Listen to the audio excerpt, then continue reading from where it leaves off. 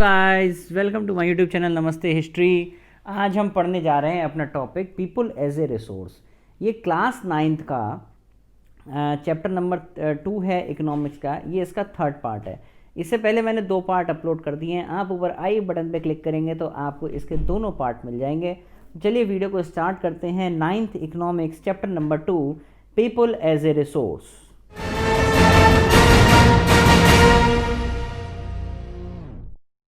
अब देखो, यहाँ तक अभी हमने बहुत सारी चीज़ें डिस्कशंस कर लिए थे अपने पीपल एज ए रिसोर्स में कि ह्यूमन कैपिटल का फॉर्मेशन कैसे होगा, क्या क्या चीज़ें होती हैं, अगर हम इन्वेस्टमेंट किस में करें, एजुकेशन में करें, ट्रेनिंग में करें, मेडिकल केयर में करें, तो कैसे हमारी जो पॉपुलेशन है वो एक तरीके से एसेट में कन्वर्ट हो जाएगी एज़ कम्पेयर टू लायबिलिटी। तो हमारी पॉपुलेशन क्या हो जाएगी, एसेट में कन्वर्ट हो जाएगी as compare to liability.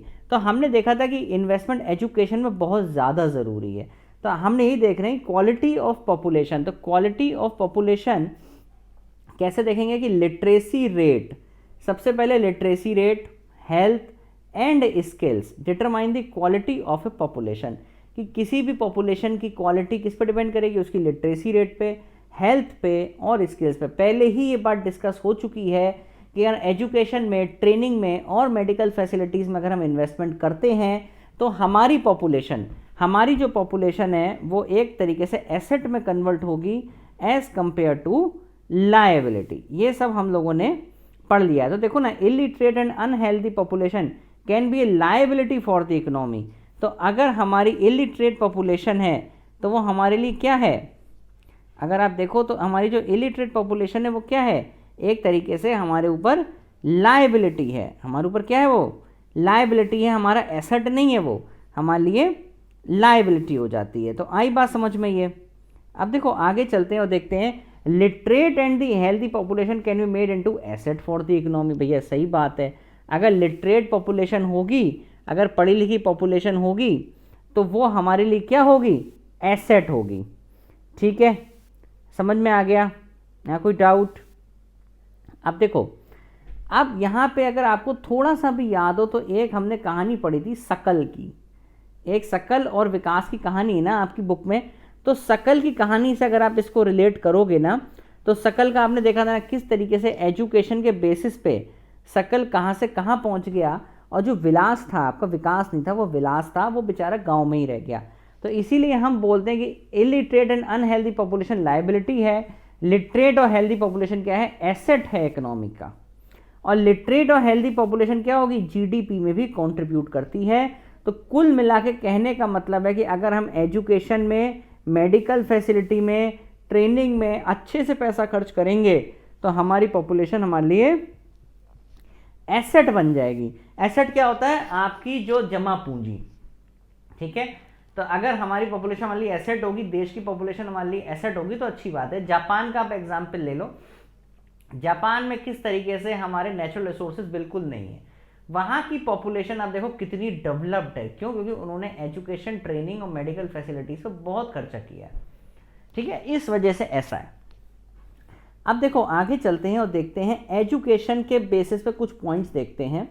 Education helps the individual to make better use of economic opportunities available before him। तो एजुकेशन क्या करता है, हर बंदे की इंडिविजुअली मदद करता है। जैसे अगर मैं एजुकेटेड हूँ तो मैं भी अपनी इकोनॉमिक अपॉर्चुनिटीज़ को अच्छे से ग्रेस्प कर पाऊंगा। ठीक है, ऑप्टिमम यूटिलाइजेशन होगा रिसोर्सेज का। तो क्या होगा, make better use of economic opportunities. जो भी मेरे पास अच्छी अपॉर्चुनिटीज़ होगी मैं उसको अवेल करूँगा।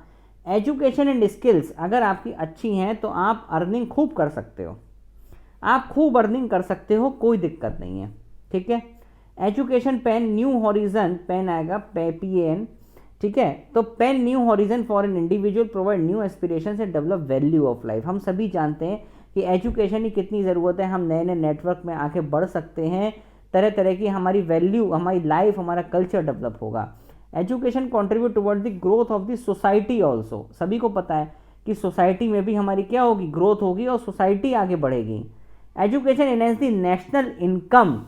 अगर हम पढ़े लिखे हैं तो हम जॉब करेंगे, जब हम जॉब करेंगे तो सैलरी कमाएंगे तो ऑब्वियस सी बात है वो हमारी नेशनल इनकम में काउंट होगी। ठीक है, और cultural richness and increase the efficiency of governance, हम अच्छे से चीज़ों को गवर्न भी कर सकते हैं। तो ये एजुकेशन के 5 बेनिफिट्स हो गए जो हमने यहाँ पे देखे। अब देखो ये हम जानते हैं कि नवोदय विद्यालय सेटअप करे गए हैं। ये देखो गवर्नमेंट ने क्या क्या इनिशिएशन लिया कि नवोदय विद्यालय गवर्नमेंट ने सेटअप करे। कहाँ पे? हर एक डिस्ट्रिक्ट में सेटअप करें क्या?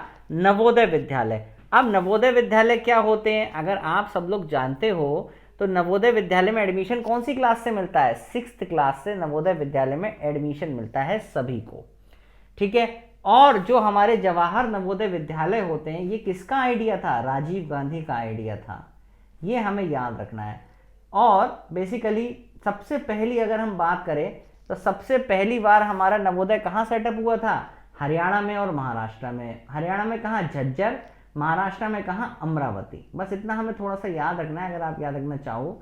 और नवोदय विद्यालय का हेड कौन होता है? चेयर में। नवोदय विद्यालय को गवर्न कौन करता है? तो मिनिस्ट्री ऑफ HRD इसको गवर्न करती है, ministry of human resource development, ठीक है। और इसके चेयरमैन जो होते हैं समिति के वो कौन होते हैं? Minister of HRD। बस तो इतना अगर हम याद रखेंगे तो नवोदय हमें इतना तो पता होना चाहिए कि बेसिकली ये राजीव गांधी का आइडिया था, ठीक है। और ये हमारा किस पॉलिसी पे गवर्न होता है? National policy on education 1986। पहला नवोदय कहाँ सेटअप हुआ? हरियाणा। दूसरा कहाँ सेटअप हुआ? महाराष्ट्र में। इसमें जो एडमिशन्स होते हैं वो 6 क्लास से होते हैं, 6 से लेकर 12 तक। और एज की रेंज क्या होती है? 11 से 19 साल तक। बस जस्ट एक। और इसकी समिति का हेड कौन होता है? Minister of HRD। तो नवोदय क्लियर हो गया। नेक्स्ट आता है सर्व शिक्षा अभियान। Sarva Shiksha Abhiyan have been launch with the aim of providing elementary education to all children the age group of 6 से 14। लगभग 8th 9th के आसपास की जो 1st से लेकर 8th तक की एजुकेशन एलिमेंट्री होती है वो इसमें आती है 6 से 14 साल में। Bridge courses and back to school camps have been initiated to increase the enrolment in the elementary education. क्या होता है कि कुछ बच्चे स्कूल ही नहीं आना चाहते तो उनके लिए स्कूल कैंप वगैरह लगाए जाते हैं, तरह तरह की एक्टिविटीज़ कराई जाती हैं कि बच्चे स्कूल तो आएँ। उसी के लिए भैया बच्चों को खाना भी खिलाया जाता है, इसे हम क्या बोलते हैं? Mid day meal scheme. Mid day meal scheme, बच्चों को खाना खिलाया जाता है किसमें? मिड डे मील स्कीम में, जिससे कि बच्चों का रिटेंशन स्कूल में बना रहे। और वोकेशनल कोर्सेज भी कराए जाते हैं पढ़ाई के अलावा। अदर एक्टिविटीज़, मान लो जैसे कि कंप्यूटर सिखाना है या किसी को इंडस्ट्रियल एक्सपोजर देना है, कोई भी अदर एक्टिविटी पढ़ाई के अलावा जो कि आगे जाके बच्चों को बेनिफिटेड रहे, तो उसे हम क्या बोलते हैं? Vocational courses. तो इस तरीके के वोकेशनल कोर्सेज भी बच्चों को कराए जाते हैं। तो ये सब चीज़ें हमारी इंपॉर्टेंट हैं। ये गवर्नमेंट ने क्या क्या, आपके क्वेश्चन 100% आएगा कि गवर्नमेंट ने क्या क्या लिए थे चीज़ें, इनिशिएटिव लिए थे जिससे कि हमारी एजुकेशन को प्रमोट किया जा सके। तो भैया ये तो याद रखना, नवोदय विद्यालय, सर्व शिक्षा अभियान, मिड डे मील स्कीम और वोकेशनल कोर्स, 4 तो आपको ऐसे ही याद रखने ही रखने हैं, ठीक है। गवर्नमेंट ने क्या क्या इनिशिएशन लिया था। अब देखो लिटरेसी रेट अगर इंडिया में बात करें ना तो हमारा 18% था 1951 में, जो कितना हो गया? 74% हो गया है। करंट जो हमारा लास्ट सेंसस हुआ था उसके हिसाब से इंडिया का लिटरेसी रेट 74% है, ठीक है। और अगर आप देखोगे लिटरेसी रेट वेरीज फ्रॉम 93% इन केरला में 93% तक है, और कहाँ पे? बिहार और MP साइड में 63% तक है, ठीक है। तो literacy rate among male is 82%, males में ज़्यादा है। ऑल ओवर इंडिया की बात हो रही है यहाँ पे, मेल्स में ज़्यादा है और फीमेल में कितना है? लगभग 65% के आसपास है, ठीक है। तो ये जो है हमारा बेसिकली लिटरेसी रेट है, पढ़ाई की हिसाब किताब है कि कैसे किस तरीके से हमारी जो है चीज़ें मैनेज करी जाती हैं अलग अलग स्टेट्स में, ठीक है। भूलना नहीं है, बिल्कुल याद रखना है। और MP का भी literacy rate as compare to 63% से थोड़ा ज़्यादा है, लेकिन MP के कुछ पार्ट्स में ये 63% है, ठीक है। वैसे MP का ओवरऑल लिटरेसी रेट अगर आप देखोगे ना तो 70% हो चुका है। MP का लिटरेसी रेट कितना है? लगभग 70% है। ये हमें याद रखना है, भूलना नहीं है, ठीक है। और अगर हम यहीं पे बिहार का लिटरेसी रेट देखते हैं, अगर आप बिहार का लिटरेसी रेट देखोगे ना तो वो लगभग इतना ही आएगा जितना कि यहाँ पे लिखा हुआ है, ठीक है। भूलना नहीं है, बिल्कुल याद रखना है ये सब चीज़ें, ठीक, वेरी गुड। अब देखो बिहार का भी लगभग 63% के आसपास ही है, और MP के कुछ पार्ट्स में 63% है, और ओवरऑल MP का कितना है? 70% है, ठीक है। अब देखो खर्चा भी एजुकेशन में बहुत हुआ है, कहाँ 151 करोड़ था फर्स्ट प्लान में, और अब वो खर्चा बढ़ के 3766.90 हो गया है 11th प्लान में। तो भैया ठीक है, पढ़ाई पे हमारा खर्चा हो रहा है। लिटरेसी रेट भी आप देखो मेल्स में ज़्यादा है as compare to female, Kerala में लिटरेसी रेट ज़्यादा है, ओवरऑल लिटरेसी रेट ज़्यादा है। 12th प्लान ने क्या फोकस किया है, to increase the enrolment in higher education of 18 to 23 years of age and to reach the target of 30% by 2021। ठीक है, तो एटलीस्ट हम हायर एजुकेशन में भी अब एनरोलमेंट बढ़ाने की सोच रहे हैं कि हायर एजुकेशन में भी बच्चे एनरोल करें। ठीक, आई होप ये आपको क्लियर हुआ होगा। लिटरेसी रेट अभी करेंटली हमारा कितना है, 74.04%। मेल्स में कितना है, 82%। फीमेल में कितना है, 65%। केरला का लिटरेसी रेट लगभग 92-93% है। बिहार का 63% है।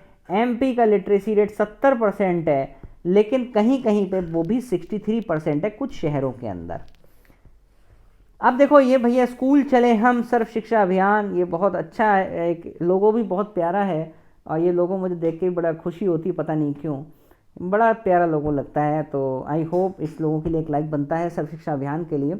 तो सर्व शिक्षा अभियान एक गवर्नमेंट का इनिशिएटिव है to provide the primary education. क्या प्राइमरी एजुकेशन प्रोवाइड करानी है in a time bound manner. ये किस अमेंडमेंट के तहत आया है, 86th अमेंडमेंट एक्ट 2002 के तहत।